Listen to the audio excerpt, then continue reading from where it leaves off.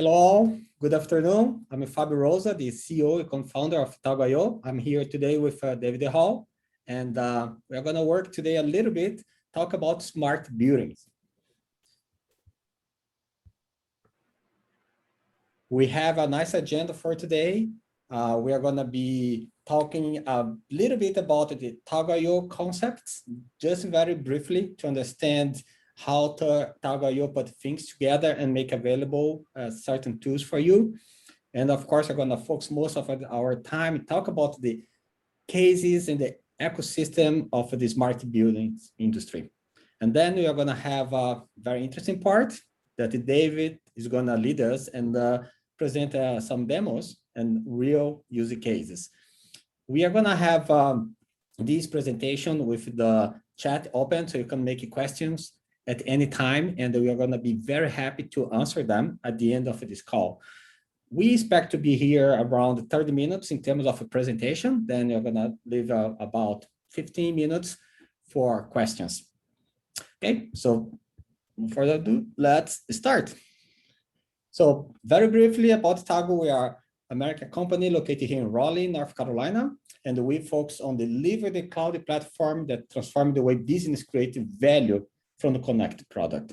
We are with a little bit more than 9,000 accounts today. We are in more than 100 countries with a lot of certified devices, more than 400 devices. What that means is that you have a lot of devices connected in LoRa, Sigfox, or any other means of communication ready to go. And we have a very nice network of partners. A little bit about our ecosystem. If you think about the IoT, you have, of course, what you call end devices that are the IoT sensor that are going to capture information and send this to your application. But normally there is something in the middle. For example, if you work with LoRaWAN, you need a gateway, or somehow somebody needed to have a gateway to collect this information and send this to the network.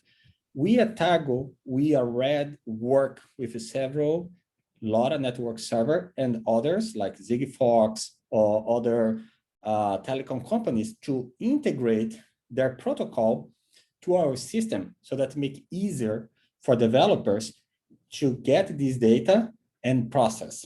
So this data come here in real time, you can process and build your application at TagoIO.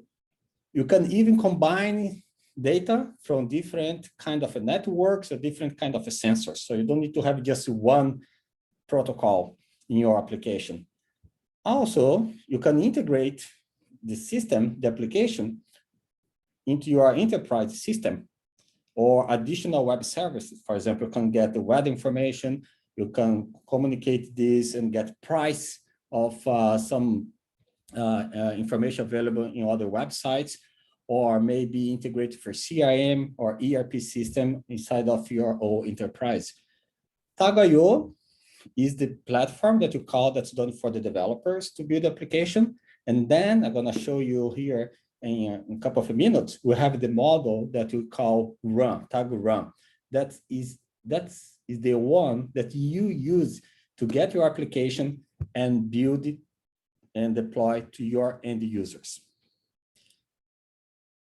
We have several components inside of the TagoIO platform, but 6 are the most critical here that if I needed to summarize, that would be those that I would talk a little bit. Device management. So with Tago, you can create authentication, you can control the device, turn on, turn off the device, you can add parameters, what you call tags and so on for the device. You can store the data at Tago. We have a native and very fast database to store all your information coming from the sensor. Also have files, what you can upload pictures, CSV files, PDF files, videos, and much more.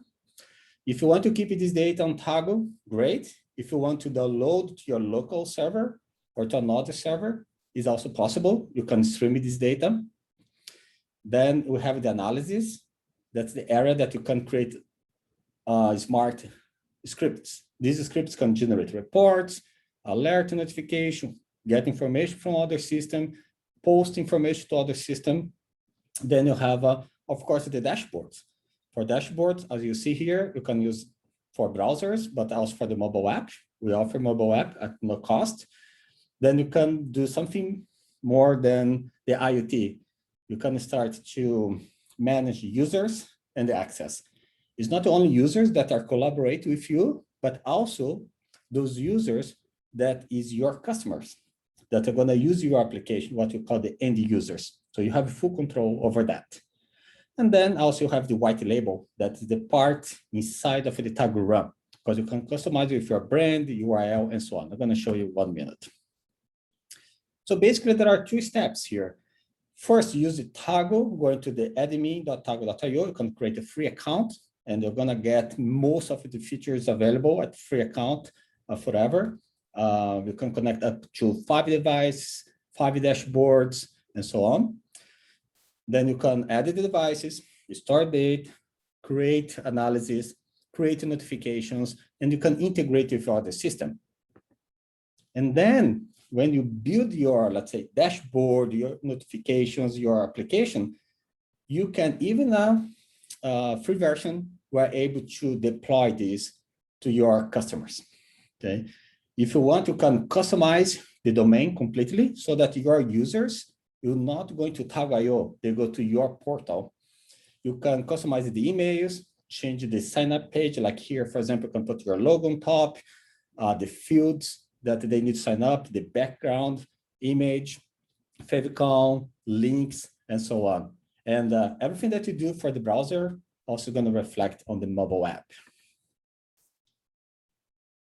Then you can create reports or use other features. For example, with analysis, you can create a small part of code that are going to generate a very nice PDF report or Excel file that's very straightforward to do. You can customize completely the way you want. Also, it's important to say that Tago, in this case, is not only to present information, but also you can capture information. You can use our forms and you can customize them the way you want. For example, you can get pictures, read the QR code, get the name of the company, name of a car, a building, and so on. So our database, you'll be able to manage all this information, not only the information from the sensors. And there are more features. For example, we released this year the multi-language, that's a dictionary that you can create to do basically 2 things. One, you can change the message that you have in any features, any widgets inside of Tago, you can change if you didn't like something, even if you keep the original language, let's say in English, but you can also translate to another language, anyone that you want. You just need to create the dictionary. Also have the single sign-on feature, SSO, and the mobile app. You can use our free mobile app, or you can ask us to customize our mobile app for your application and deploy them in your behalf. So keep your brand on top of the list. Okay, that's all about Tago. Let's talk about the smart building sector. So basically, there are, of course, a lot of things that you can do in a smart building, and there are a lot of expectation. But at least 2 things here, in our view and our experience, are very important. You can do basically the monitoring, read data, get this data, and you can have the facility automation. So it's not only about get data, but also process data. When you talk about buildings, the way you see our customers working is not only for one type of building. It can be building residential application, commercial, or industrial. So there are offices that are in the commercial area or even the industrial.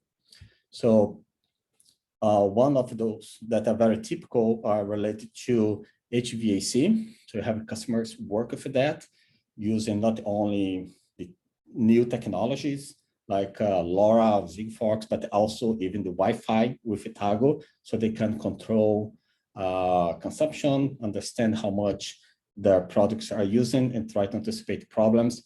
Lightning control, something that has been growing a lot recently. And of course, for the security part or safety part, smoke alerts. So it's very important to find the right sensor. I'm going to talk about that in a minute. I'm going to present some sensors and connect these locally and on the network. Leak detection. In this case, we have seen a big number of projects related to the water leak detection. Building utilization, basically learn about what's going on, process the data, and make the decisions about utilization in terms of energy, water, or gas. Also about building utilization, like room, is that room being used now? Do I need more meeting rooms, and so on? And of course, security system.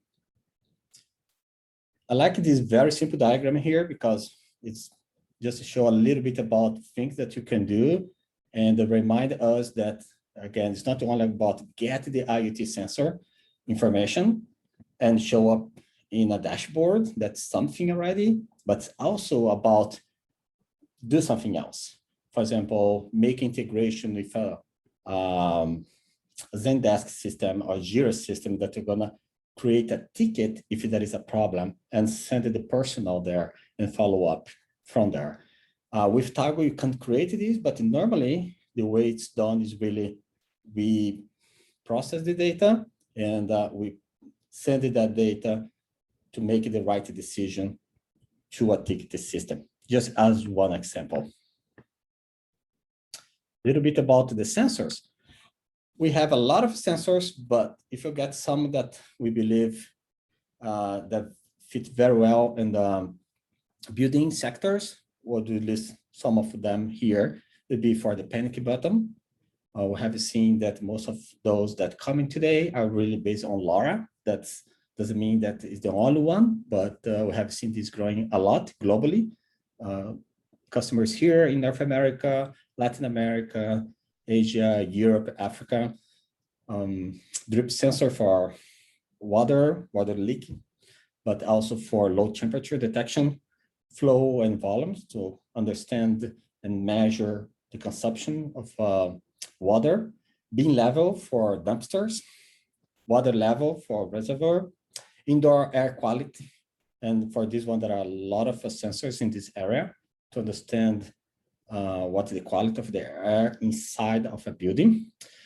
Energy consumption, then here can be, of course, in this case here is electric, but of course can be also gas and water, and the ID trackers.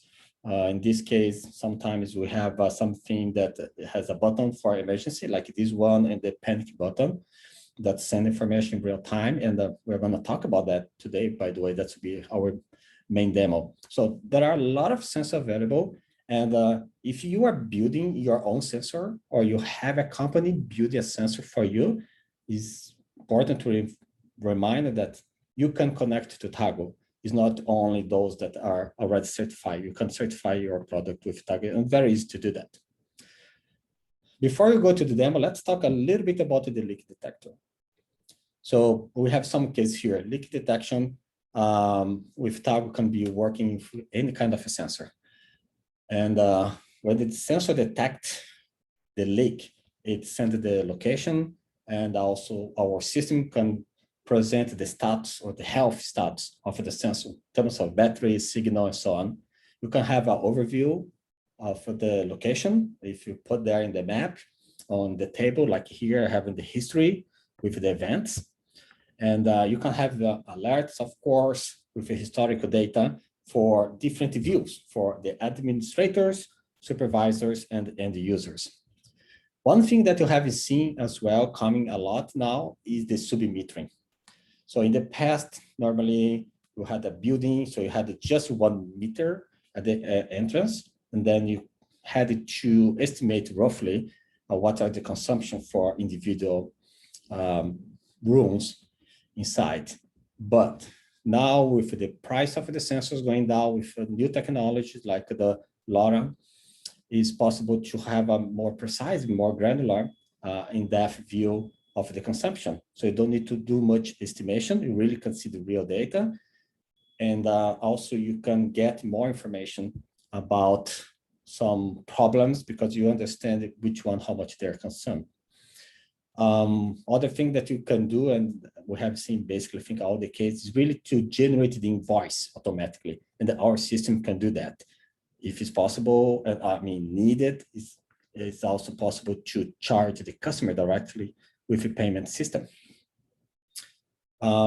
We are talking a lot about LoRa and new technology like Sigfox or narrowband IoT, but I like to reinforce that there are even the traditional one that you can use with a Tago. For example, for HVAC, for a heater system, you can monitor the air and the energy quality, provide reports.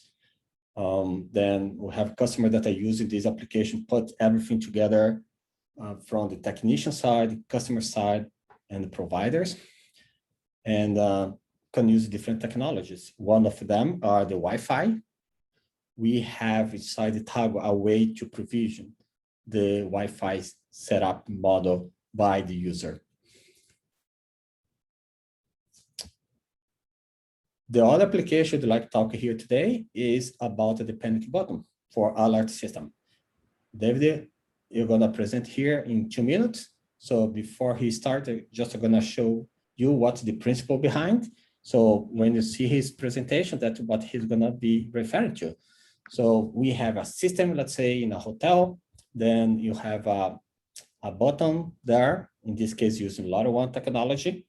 This button here, this device will get this command from the staff, and not only send the command, but also gonna read the beacon that are close, so we can identify the location and send this to Tago.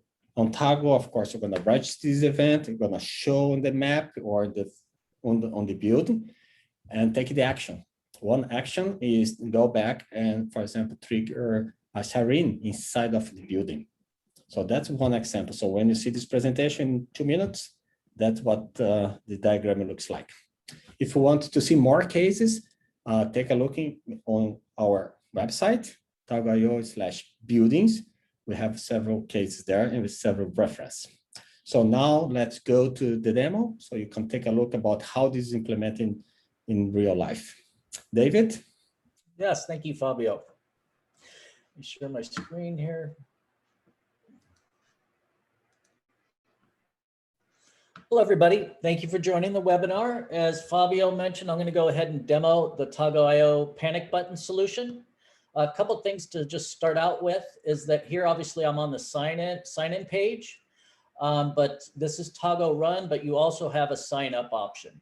And these fields here are configurable. You could have more of them, less of them. Maybe you don't need people to sign up. So there's lots of things you could do in Tago Run here as well. And then obviously here, Fabio was talking about white label, how you can customize your application. Here you could put your logo. There's lots of different things you can do in Tago Run. But for today, as I mentioned, I'm going to go over the application. So I will sign in.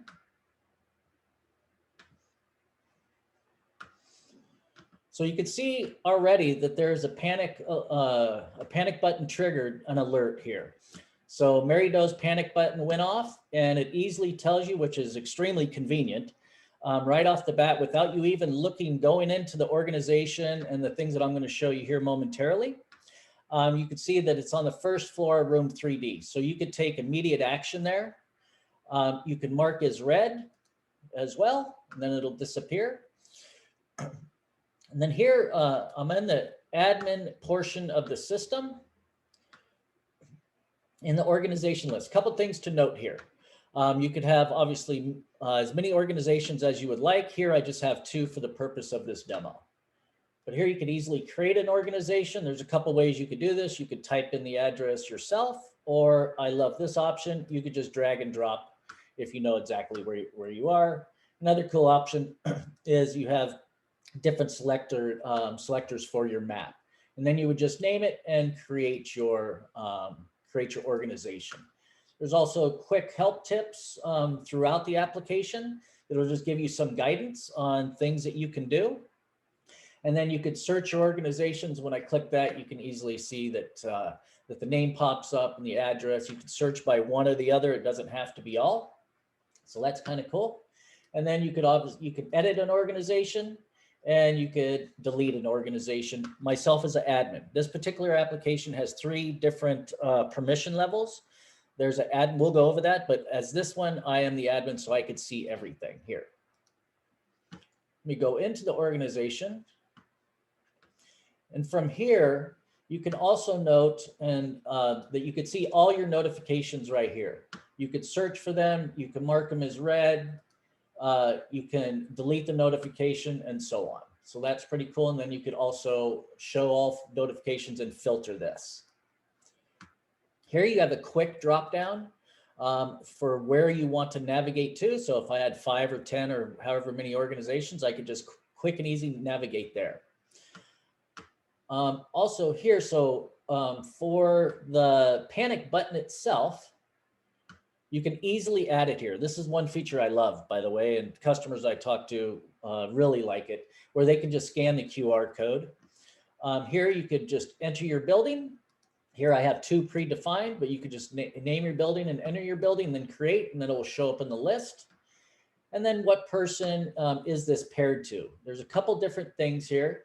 If I was to add new, I would select the panic button. Here's an image, which I'll show you here in a minute, and the name of the person, and then you can create.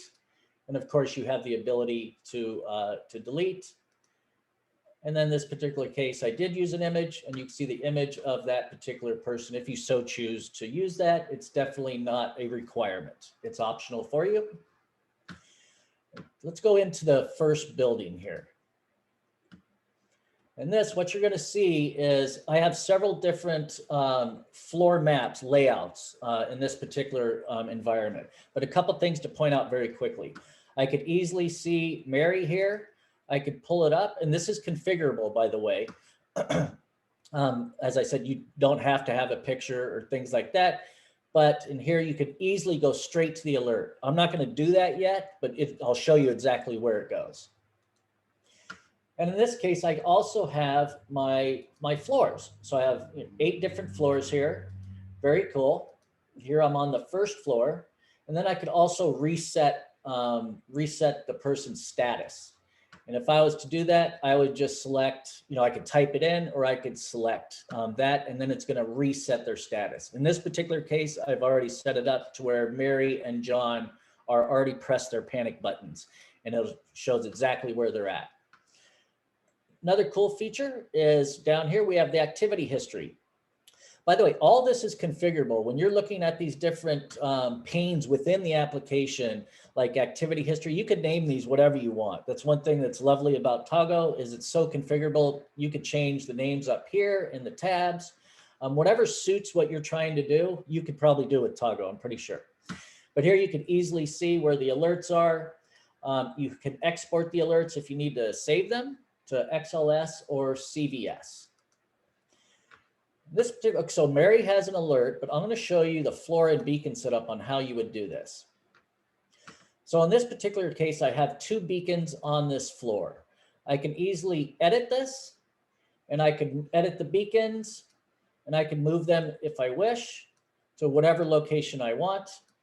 You could rename the beacons. I could also add a floor. Very simple to use. And in this particular case, I'm looking at beacon 6. And then that one, it'll automatically tell you, oh, that's beacon 4. Cancel out of that. Here you also have your floor list. Again, you could search, you can export to exactly the same, CVS or XLS. And here you could add more beacons. So if I was to add a beacon, I would want to know, obviously, the name, what room is this beacon in? Again, configurable. And what is the MAC address of that beacon? And the beacons are really just there to really triangulate the location of where the sensors are, the panic button sensors in this case, where are they at throughout the building? So most likely you're going to have 2 or maybe 4 beacons on each floor to set that up. Then here we have the siren setup. Here I have 1 siren set up here. In this particular case, I like to think of this that the siren is down at the front desk, right? So that staff can get an alert, but obviously it can be anywhere.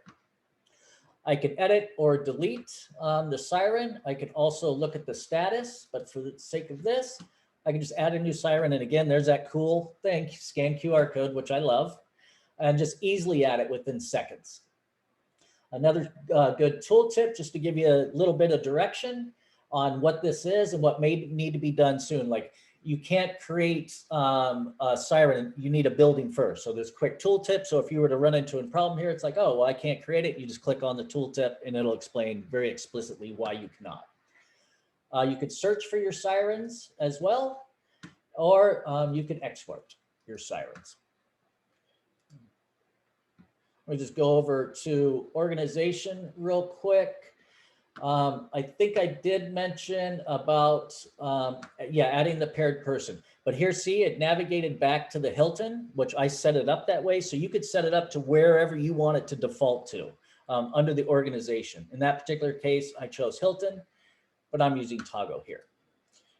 And an Alarm Central, let's navigate there. Again, I navigated right to the Hilton because I have that set as default. And I did that for the purpose of this. I'm working out of Tago, but I have it defaulted to Hilton. I could see the siren status as well as the activity history, which is critical. I know who turned off the siren and who turned on the siren. And that's critical too, to know, who was it that actually turned off this siren. And that you can deactivate the siren right here, override it to turn it off very quickly. Again, if you had your mobile app and you were at the front desk, there's no reason to open up the Tago application. You would just launch it on your phone and deactivate right there.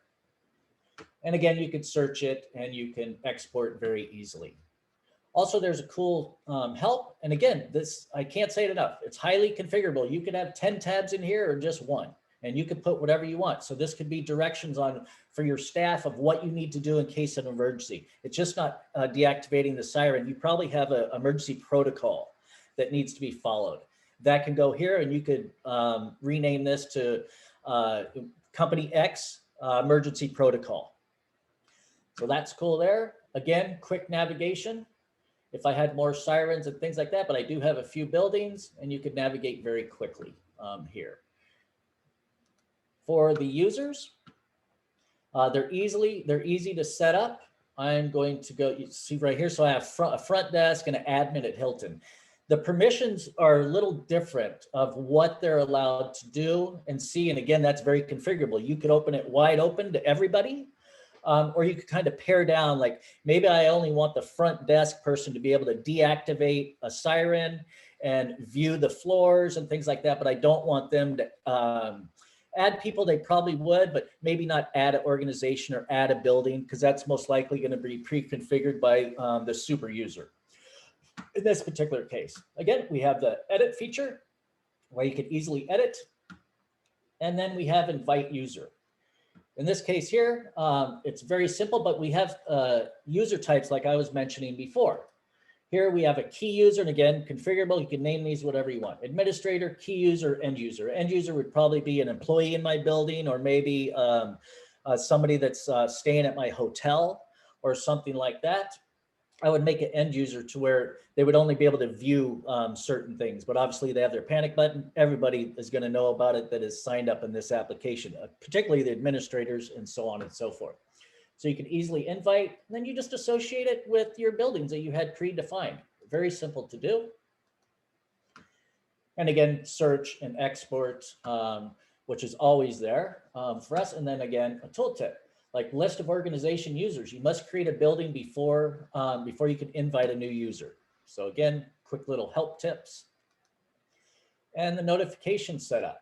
This is very cool how we have done that, in my opinion. Is that I can say, I want all users that I have set up that are tied to that organization, I want them all to get the alert. Or maybe you only want a few people to get the alert. Maybe you have on staff medical people or something like that, or HR, or whatever it is. It could be anything you want, to be honest with you. And you can just set them up in here as administrators, users, and the alert type. The alert type can be SMS, push notifications, email. It could be one of these or it could be all of these. It's just up to you on exactly how you want to configure this particular portion of the application. And then again, the quick navigation.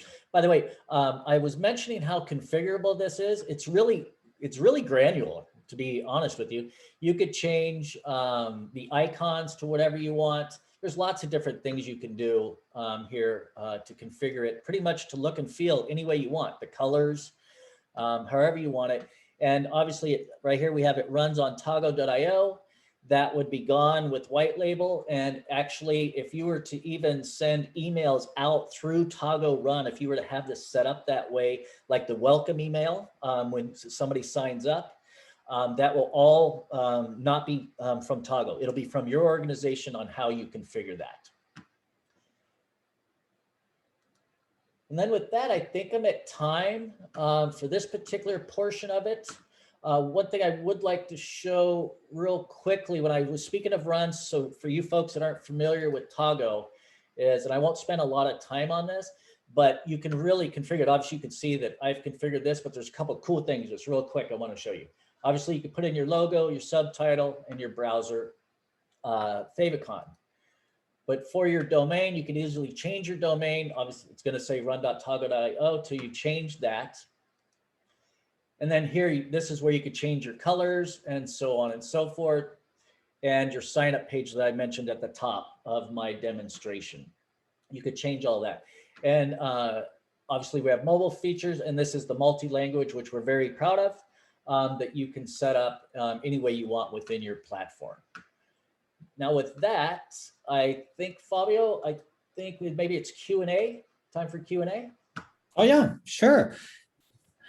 Thank you, David. So what you saw here is just one application for panic button. That's what you call, right? So if you need help, work with Tago, we help you guys to start from this here and going ahead and add more customization, because what you will learn is that it's nice to have one solution, but at the end of the day, each customer that we talk always needs something different. So flexibility is very important, but it's not like you need to start from nothing. Right, you have this one here, and then you can use it for this kind of application or something else, like leak detection is very similar idea. Okay, all the notifications are similar and so on. Sensor are different, but location can be similar. The way it's operate also can be very similar. Have here some questions, comment, and please feel free now to send any comments here in the chat. If you have questions about the application, Tago, just send to us, and we'll be reading this for David and of course myself to try to help you. One question I have here is, how do I set up a language and how the users select the language? There's a couple different ways you can do that. In this particular case, I can go to my account. So that's for the user, right? I'll talk about the end user. Oh, yeah. Okay. Yep. No, that's fine. Just understand. Mm-hmm. So here, how you could set up dictionary and things like that for your end users is if you just go to right here, dictionary and multi-language. And we have some great documentation on this, by the way, to support you in how you do this. But here you would click on this here, and then you would be able to set up your dictionary however you would like. I can add a new. Mm-hmm. Here I would just select the language. And from here, obviously, we have hundreds of different languages here that we support. So it's very simple. Just go to your account in your admin and click on here and just say dictionary and multi-language. Very simple. Okay. One question here is the TagoIO platform, does it have a model to connect to RFID tags or connect RFID readers and so on? Okay, I think I can answer that. For some system, we already have the configuration ready to go. For the LoRa or some NB IoTs devices, Sigfox and others, they're ready to go. If you go with something different, you can always create the integration going to our documentation. So if you go and, can you please go to the admin David, and the question mark, the help. So you see there, you have the there, you can type like APIs or something, then you can get out the documentation. So you have there API overview and so on. Okay, so that's why Tago is so modular, is because we show how to create what we call middleware so that you can talk with anything. Okay, let me see another question. Yeah, still about the notification. Can I edit the notifications for our customers? If so, what can I edit? So I believe it's talk about the notification. Can you show the notification there? If you go to the run, I think, just go to the run. No, I mean on the your run application, the panic button on the notification. So if you see the notification, there is number 5 there on the right side. So can you go to the bell, the notification on the right, and click? Yeah. So this is the list of notification, right? So if you are referred to this because you ask about, can I edit notification? Yes. You see here there is a text, right? The title, icon, and information, right? The information like John Doe panic button to generate alert. He's located at this building, so on. Yeah, that was done for our application. You did it in this way, but you can change this icon and even have the image of the person. I think that's really cool, right? So you receive the push notification on the mobile app and you see the person that is in danger in this case, and you see the location. So that can be added. So answer your question, yes, you can edit and you can create the way you want. Another thing that's not there, you can do it, is add a link. So you can have like a John Doe push the button, click here to acknowledge, or click here to send the staff to rescue. So you can create buttons there so that when you show up in the mobile app for the supervisor or for the staff, can press this button and then you can record this information, who pressed the button and what kind of action you should be taking. Yeah. I don't have more question here, David. Is there any other question or comment? There's one thing I would like to add here, since for the person that spoke about notifications. Here you can also, these are links here, so these will direct you. You can configure it this way where it'll direct you where if you click on Mary, it's going to take you exactly to where she's at. So you can have these different links that Fabio's mentioned in different areas of the application to make your navigation really quick, because most likely this is an emergency, somebody needs attention. So you want to maybe several different ways to get to where is that person exactly, so you could send your personnel or emergency personnel there as well. So I just wanted to add that real quick. There's many different areas where you could just have quick action links to navigate you to different parts of the application. Mm-hmm. Okay, so we don't have any more question here. I hope that has been very helpful for you. Again, this application is available. You just enter and contact us. We can help with that. A lot of the documentations are available online, like David's showing here. You go to our website, resource, then you have a developer zone there, so you can see how things work in details, SDK that you have, documentation, our GitHub, change log, system status. So there are a lot of material, and also we have our community. If you go to our community, you can see a lot of questions that you are free to make questions there and ask for help as well. Okay, so David, anything else to add here?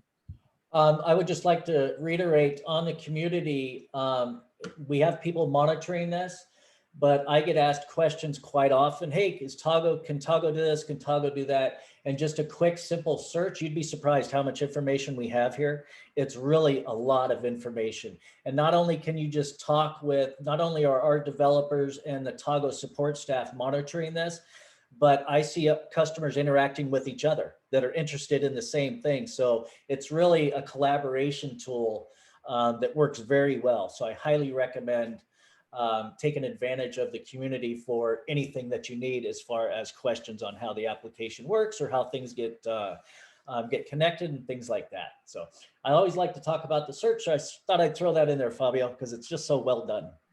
Okay, that's great.